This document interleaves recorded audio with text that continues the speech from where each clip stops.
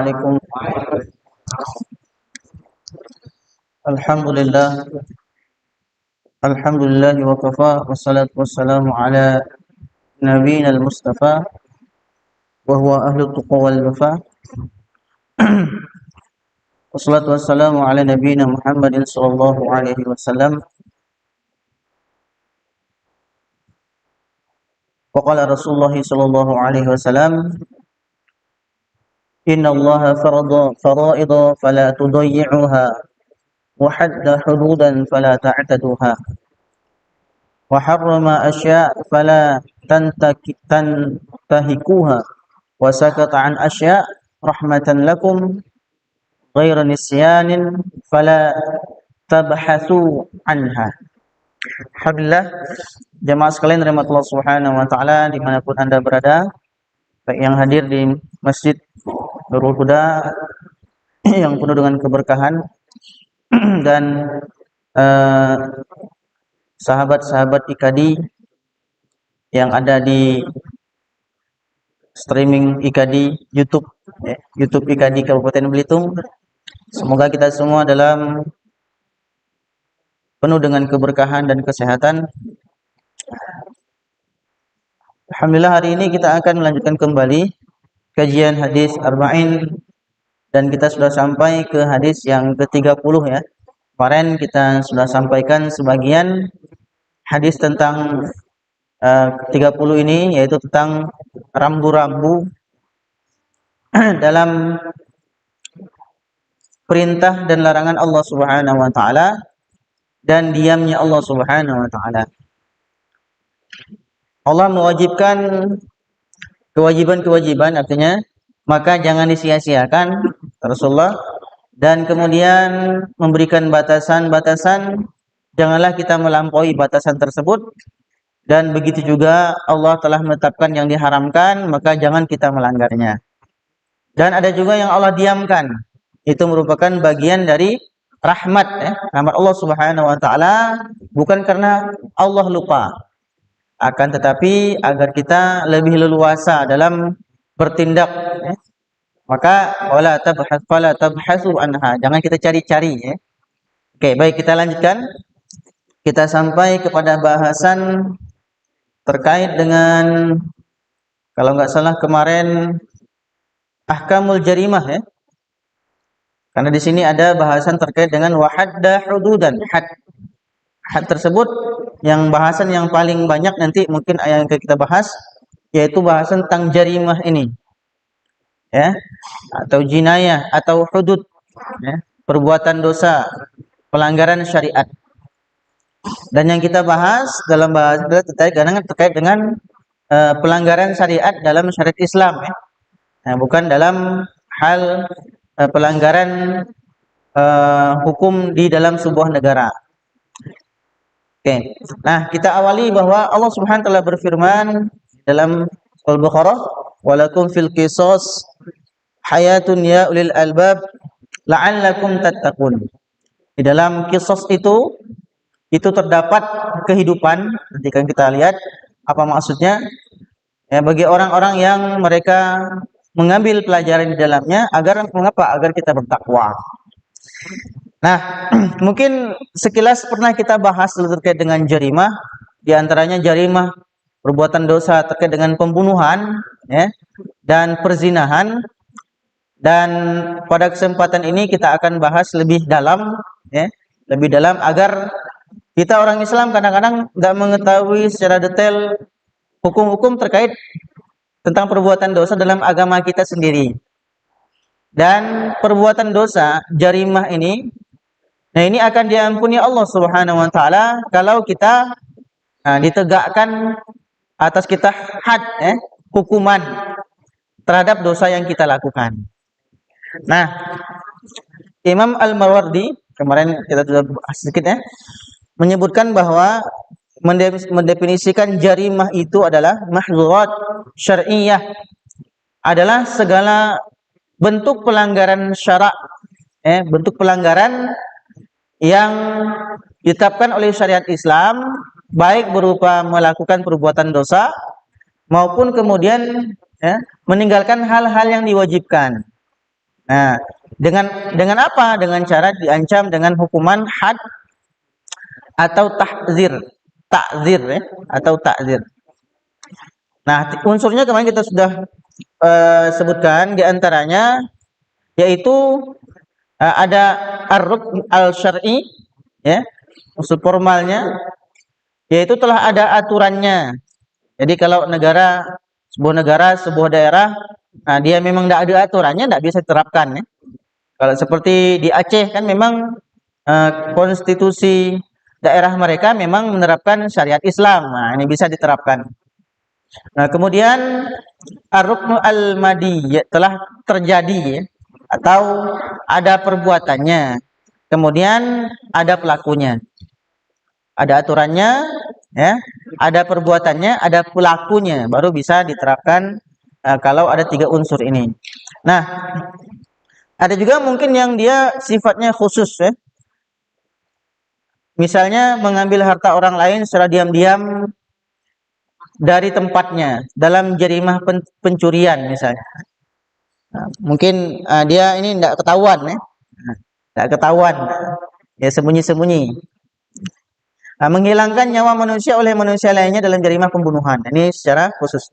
Nah, berdasarkan aspek berat dan ringannya, perbuatan jarimah ini nanti dibagi ya untuk penghapusan dosanya, ikopnya, hukumannya, diantaranya dengan jalan hudud, nanti hudud, ya, kisos atau diat dan takzir. Nah, kita bahas satu. Nah, jarimah hudud yang terkategori hudud, nah, katakan wa hadda hududan, kita bahas dalam hadis ini. Nah, meliputi perbuatan zina, qadzab, qadzab tuduhan orang berbuat zina, hati-hati ya. Nuduh orang, mohon maaf, bahasa Belitung ya. Nuduh orang selingkuh. Kalau bahasa Belitung minjo katanya. Nuduh orang minjo katanya. Tuh minjo misalnya. Mintujo ya. Nah, itu jangan sampai ini itu namanya qadzab itu. Karena perbuatan zina ini harus dibuktikan.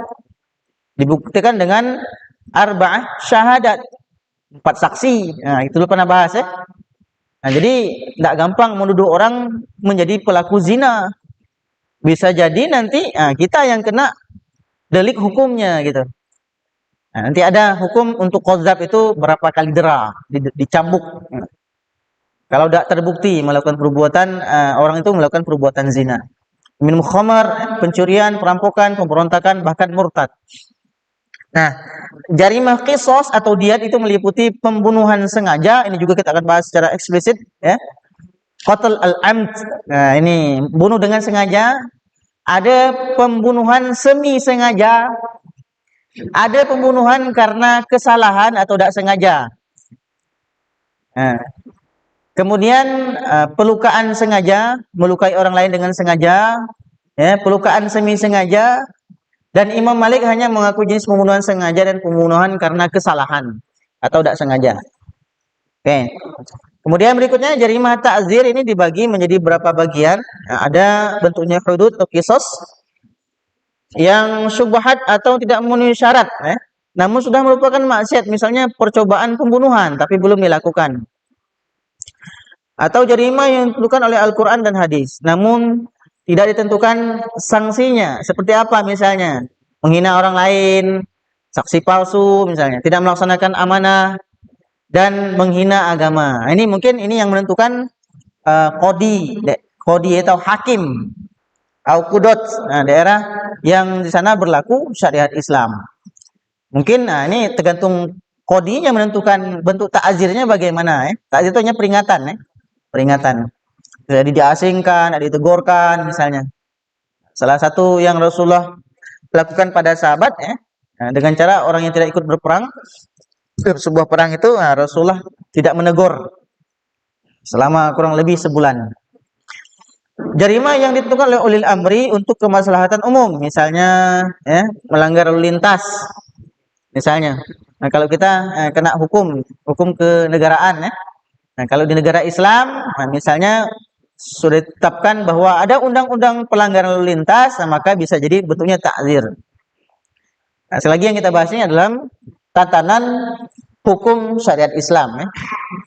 Nah, baik. Nah, suatu kejahatan itu kadang dilakukan oleh seorang atau beberapa orang ya.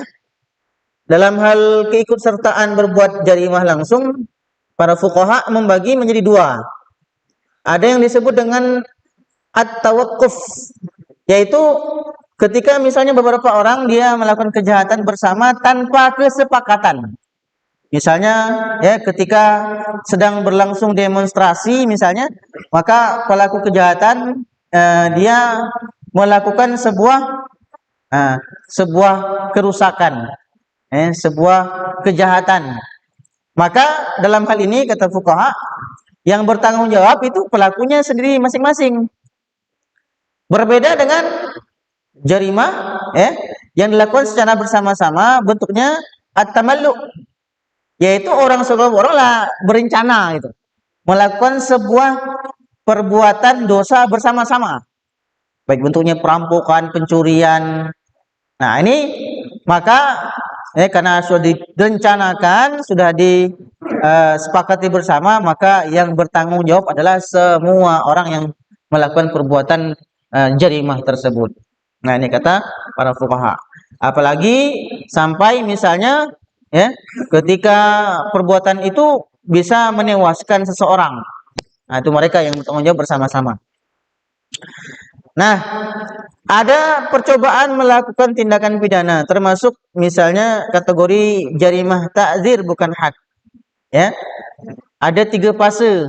3 fase. Ini baru ta'zir karena dia belum sampai melakukan perbuatan jarimah dosa tersebut.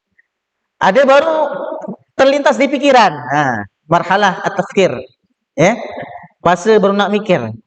Itu macam sendal gigi baru misalkan. Baik di masjid kan, kinilah balik kena aku sikat gini. Misalkan dia mau sandal cukai, ada sandal nok baru, nok mahal. Nah, kini baru terpikir baru. Tapi ternyata orang nok punya sandal balik dulu, pas lihat ada gitu. Nah, baru terpikir, itu belum terkategori sebuah jarimah Ada juga marhalahnya marhalah at-tahdir. Persiapan dan ini ada 2 kemungkinan jika perbuatannya bukan suatu maksiat. Misalnya membeli kunci palsu untuk persiapan mencuri. Membeli kunci T misalnya untuk persiapan begal motor misalnya. Nah, kemungkinan kedua dapat dikenai sanksi jika perbuatan tersebut perbuatan maksiat.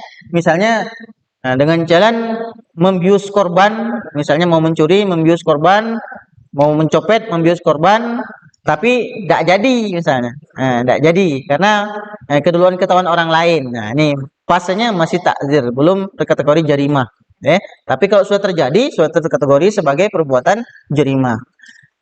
Nah, ada juga yang fase pelaksanaan. Nah, tapi kemudian dia gagal. Telah dilaksanakan tapi gagal. Nah, ini maka masih kategori takzir. Nah, misalnya nak maling tapi lah ketahuan. Nak maling tak sempat lah ketahuan dulu. Banyak orang rumahnya banyak memakai CCTV rumahnya. Banyak sering di sosial media itu pencuri begal motor yang ketahuan sebelum berhasil. Banyak itu. Ya. Oke, berikutnya, jika tidak selesainya kejahatan disebabkan pelakunya bertobat, ini menurut ulama Syafi'iyah, tobatnya itu dapat menghapus hukuman. Ilal ladzina tabu min qabli an taqdiru alaihim fa'lamu annallaha ghafurur rahim. Kecuali orang-orang yang dia bertobat sebelum dia melakukan perbuatan dosa tersebut, maka dia diampuni Allah Subhanahu wa taala, bahwa Allah itu Maha Pengampun lagi Maha Penyayang. Nah, jumhur ulama bahwa taubat itu tidak menghapus hukuman. Jumhur ulama. Baik. Hukumannya, Allah telah menetapkan hukum-hukum ukubat pidana, sanksi dan pelanggaran dalam peraturan itu bukan sebagai sebuah perbuatan zalim. Kita telah belajar innallaha haramtu zulma. Haramtu zulma alayya fala tadzalamu. Allah tidak menzalimi dirinya sendiri, maka jangan berbuat zalim, kata Allah Subhanahu wa taala. Tapi sebenarnya adanya sanksi, adanya pidana dan lain sebagainya itu sebenarnya bentuk preventif, pencegahan. Pencegahan. Karena tentunya sebenarnya kalau kita lihat uh, orang tidak jerak melakukan perbuatan jahat, ya. Karena mengapa? Karena memang hukumnya itu tidak membuat dia jerak. Sampai ada yang kemarin itu kita baca, ada yang sengaja nak nyuri. Kenapa? Kata dia alasannya, saya rindu dengan penjara katanya. Karena di penjara saya bisa makan dan bisa dekat dengan Allah katanya. Gampang. Jadi penjara membuat orang nyaman berarti ya. Nggak perlu lagi nyari duit kan. Makan sudah disiapkan kan. Dekat dengan Allah. Biasanya orang penjara kan ada pembinaan rohaninya kan. Nah ini kan istilahnya tidak mencegah ya. Tidak mencegah kriminal. Membuat orang kangen ke penjara. Ini kan kacau. Dan apa biaya pemerintah ternyata untuk makan aja sehari itu luar biasa besarnya.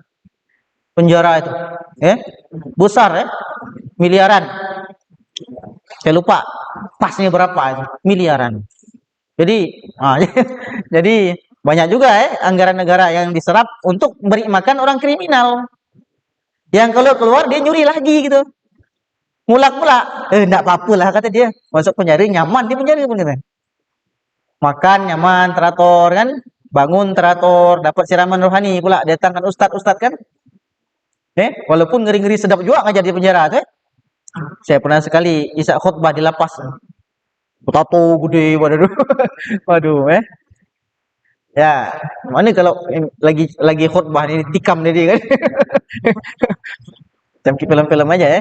Nah, jadi ini lebih kepada cenderung apa namanya istilahnya pencegah preventif. Nah, makanya dengan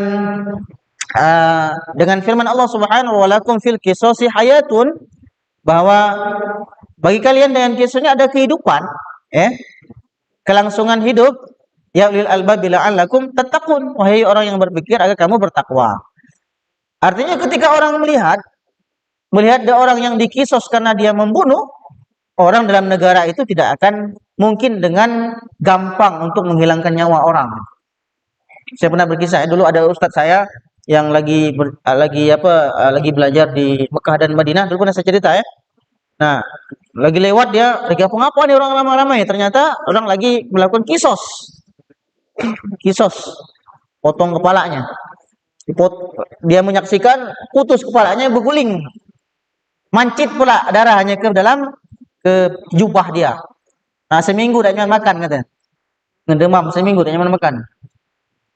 Melihat kondisi kisos itu. Nah, jadi ngeri orang lain, gak kuang, berarti membunuh. Akan mikir-mikir, ya. Nah, tapi kalau misalnya kita lihat hukum yang berlaku memang tidak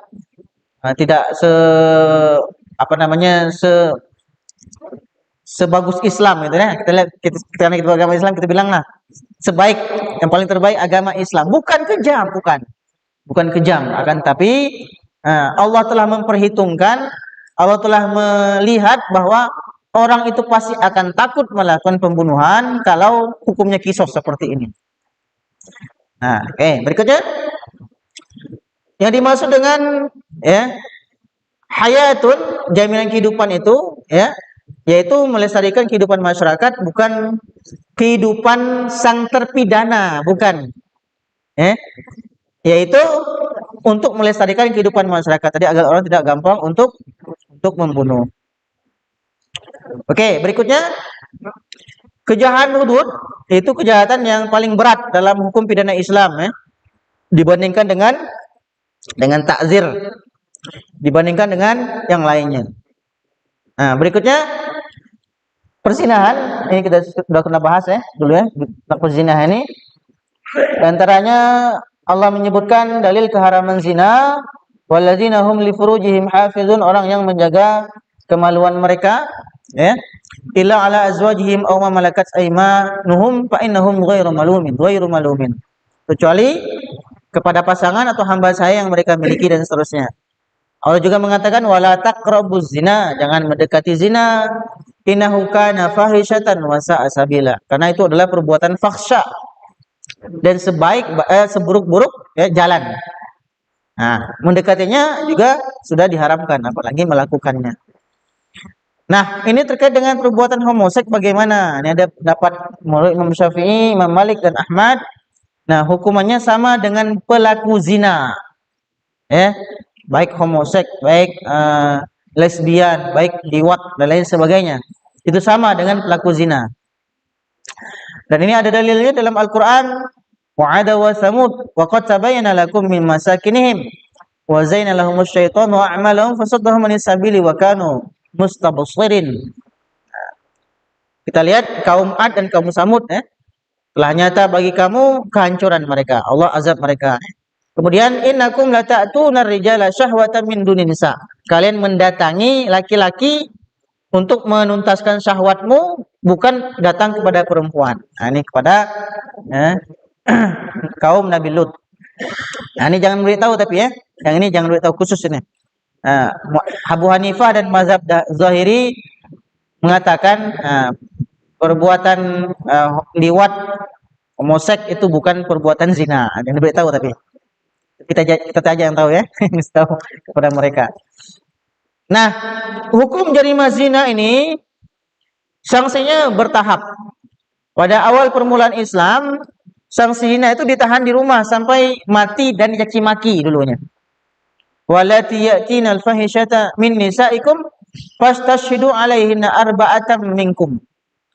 Orang yang melakukan perbuatan keji ya, hendaklah ada 4 saksi. Ini yang saya sebutkan, jangan gampang menuduh orang berbuat zina. Kemudian apabila mereka telah memberi persaksian, maka kurunglah mereka wanita-wanita itu di rumah sampai mereka menemui ajalnya.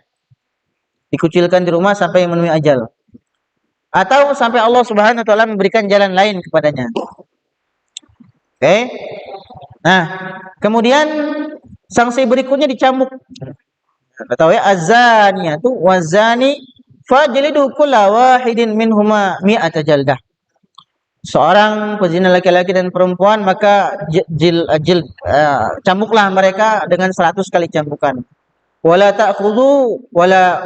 ta'khudkum biha ra'fatun fi dinillah. Jangan berikan belas kasihan kepada mereka. Sakit, jangan ya, agar kita bisa menegakkan hukum Allah Subhanahu wa taala. Nah, kemudian terakhir disebutkan dalam hadis tingkatannya yaitu ya jejaka dan perawan berzina, sanksinya kita sudah tahu ya 100 kali cambuk. Kemudian dia juga diasingkan selama setahun. Sedangkan hukum yang bagi thayyib atau zina muhson yang sudah menikah itu dengan dirajam sampai dengan mati, dilempari batu. Udah pernah kita tayangkan ya videonya terkait dengan penegakan dari hukum jarimah zina ini. Nah, kalau sekarang tuh ngeri benar ya. Kalau sosial media tuh kayak orang biasa gitu ya. Ya Allah, nauzubillah min dzalik ya. Generasi kita luar biasa. Ngeri ya mendengarnya. Kayak berzina ini kayak satu yang biasa gitu. Satu yang biasa. Ya. Nah, alat bukti zina itu 4 orang saksi ya. Atau dengan pengakuan ya. Atau ada qarinahnya, indikasinya karena dia hamil, tidak punya bapaknya, dan li'an. Persaksian. Oke, berikutnya kita cepat saja, yang ini kita sudah pernah bahas ya. Nah, qadzab menuduh wanita baik-baik berbuat zina tanpa ada bukti yang meyakinkan.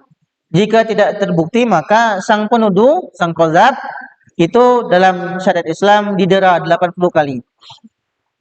Nah, didera 80 kali baru habis dosanya, baru diampuni dosanya. Ya, lumayan juga ya 80 kali.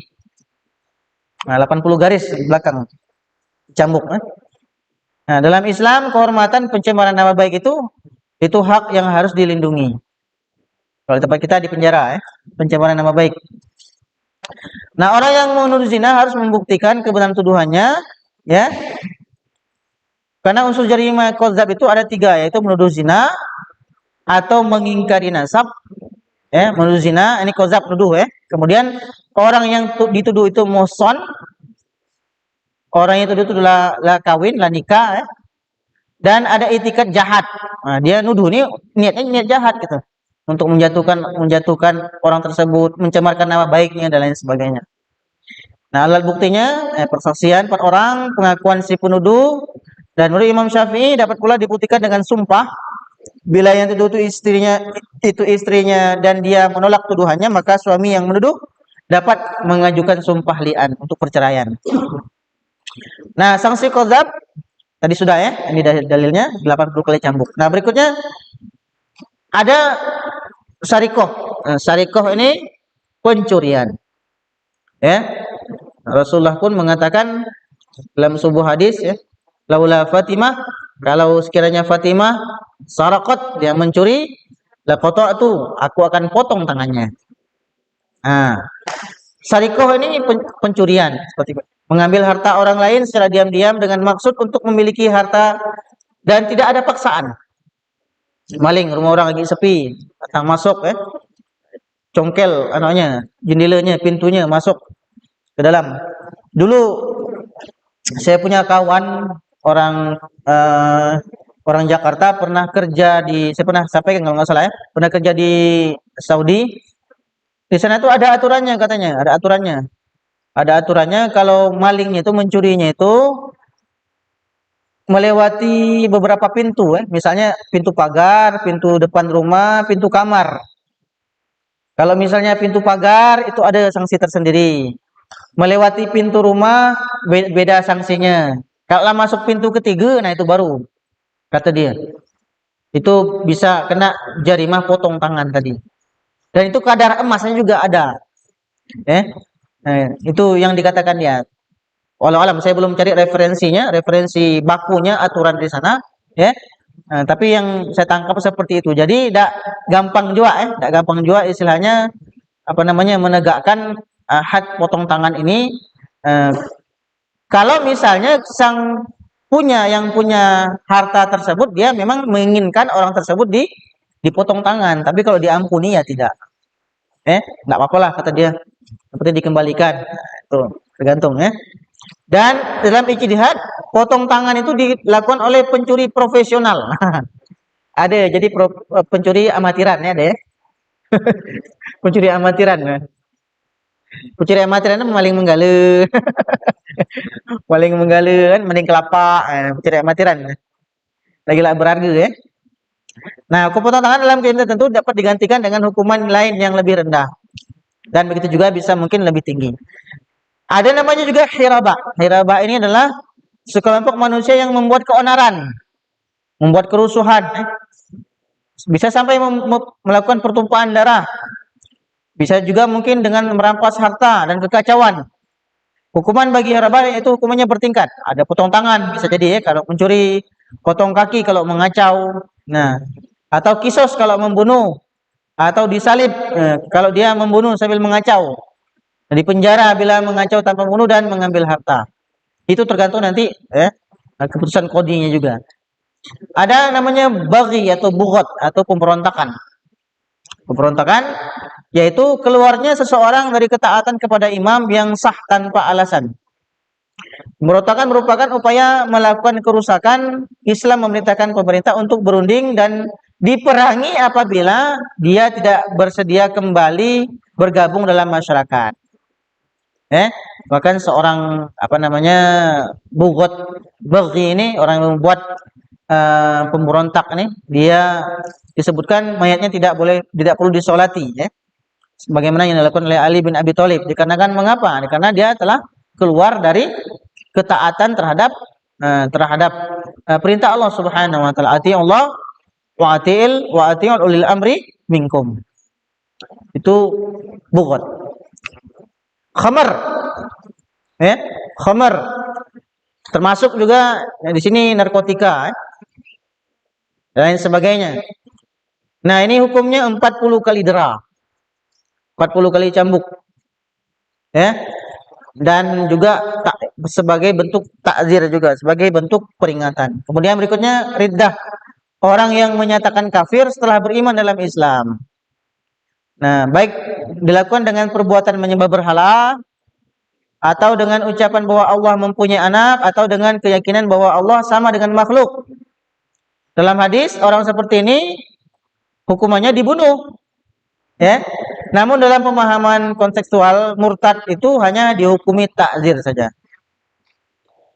Karena sanksinya itu bersifat akhirat, bukan dunia. Kalau dia meninggal dalam kondisi kafir, ya nanti di akhirat Allah Subhanahu wa taala yang akan masukkan ke dalam neraka selama-lamanya, khalidina fiha. Kemudian berikutnya, ini kita akan bahas lebih dalam lagi tentang jarima pembunuhan. Tadi ada tiga tingkatan pembunuhan. Ada namanya pembunuhan sengaja, tadi ya, sengaja terencana membunuh. Kita bisa lihat misalnya kasus-kasusnya di dalam media, televisi.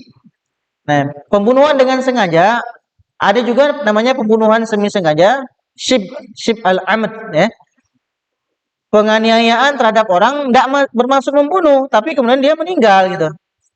Misalnya, ya, mukul orang lain misalnya. Nak mukul enggak supaya dia sakit, enggak masuk membunuh. Tapi kemudian orang itu tiba-tiba meninggal gitu. Melimpar orang pakai batu misalnya, pas kena kening, lotong kan, meninggal. Enggak sengaja, enggak masuk membunuh dia. Cuman karena kena bagian vital meninggal. Namanya semi sengaja. Ya. Nah, ada juga pembunuhan karena kesalahan, al-khata', qatl al-khata'.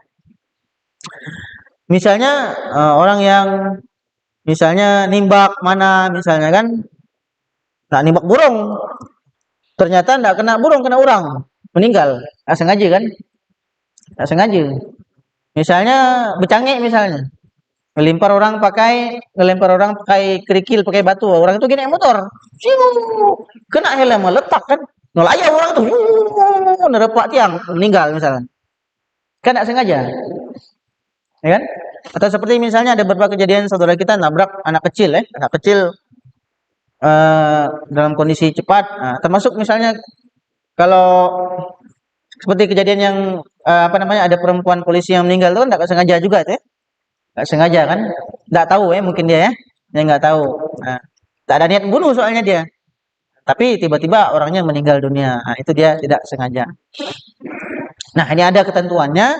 Pembunuhan sengaja, ya, kisos, harus dibalas nyawa dengan nyawa, kecuali keluarganya memaafkan, ya. Nah, maka diganti dengan diat. Nah, diat bayar denda. Nah, jadi diatnya itu adalah itu 100 onta. Bukan ketangin unta, 100 onta. Berapalah harga onta sekarang ini? Kalau saya baca-baca itu, ya, onta itu harganya kurang lebih kisaran mungkin yang 12 juta sampai 50-an juta. Bahkan ada yang saya baca itu onta yang tertinggi dihargai 1 miliar. Nah, saya baca yang banyak yang dijual itu di tahun 2021 tuh harganya 33 juta. 33 juta kali 100 onta. 3,3 miliar. Sanggup kebayar? Kalau nggak pegawai negeri, ya. Ada kawan saya bercanda, orang kan sebelum kasus trading ini banyak yang ilegal ini, kan banyak yang masuk. Nah, kebetulan ada juga yang kenalan kami yang ikut-ikut gitu, ya. Janjinya udah mau miliaran gitu, dapat duitnya. Ternyata ilegal kan. Nah, disita kan. Bercanda, ada kawannya bercanda. Kalau nggak pegawai PNS katanya, jangan mimpi dapat duit miliaran kecuali di bisnis, Mungkin kalau bisa diumpamakan kata kawan saya, dia jadi PNS, seumur hidup pensiun, meninggal, hidup pula. Pensiun pula, meninggal, hidup pula. Enggak akan sampai miliaran duit. Jadi berat nak dapat duit miliaran nih. Kecuali di usaha, kalau udah ada usaha berbeda, Nah, ini kurang lebih 3,3 miliar. Ini pun bagi yang pembunuh sengaja ini ada kategorinya pula. Berat sekali. Nah, ini kategori-kategorinya. Ada sisi pemberatnya. Pertama, pembayarannya ditanggung sendiri oleh pelaku pembunuh kalau disengaja ini. Ya. Nah, kedua, diwajibkan kontan, tidak diberi tempo. Balak. Nah, kemudian diperberat juga dari sisi onta yang harus dibayarkan. Nah, ada syaratnya ngeri. 30 ekor onta hikoh berumur 3 tahun menginjak tahun keempat. Onta jazaah, onta berumur 40 tahun, 30 ekor. 30 ekor ya, bukan ekor ya. Nah, ekor soalnya. 40 onta hamil mengandung janin di perutnya. Nah, berat. Oh, tak gampang. Baru diampuni dosanya. Kemudian berikutnya pembunuhan semi sengaja, ini kafarat. Diat pembunuhannya diperberat dari salah satu sisi aja, yaitu usia ontanya sama dengan diat pembunuhan disengaja. Nah, akan tetapi dia ada sisi keringanannya, yaitu pertama kewajiban ini dibebankan kepada keluarga besar pembunuh. Mungkin bisa bergabung-gabung ya, gabung-gabungan berhun-rehun lah, agar bisa lunas ya. Tidak meski dia pribadi, kalau pribadi tadi berat sekali kan. Nah, kemudian dianya boleh diangsur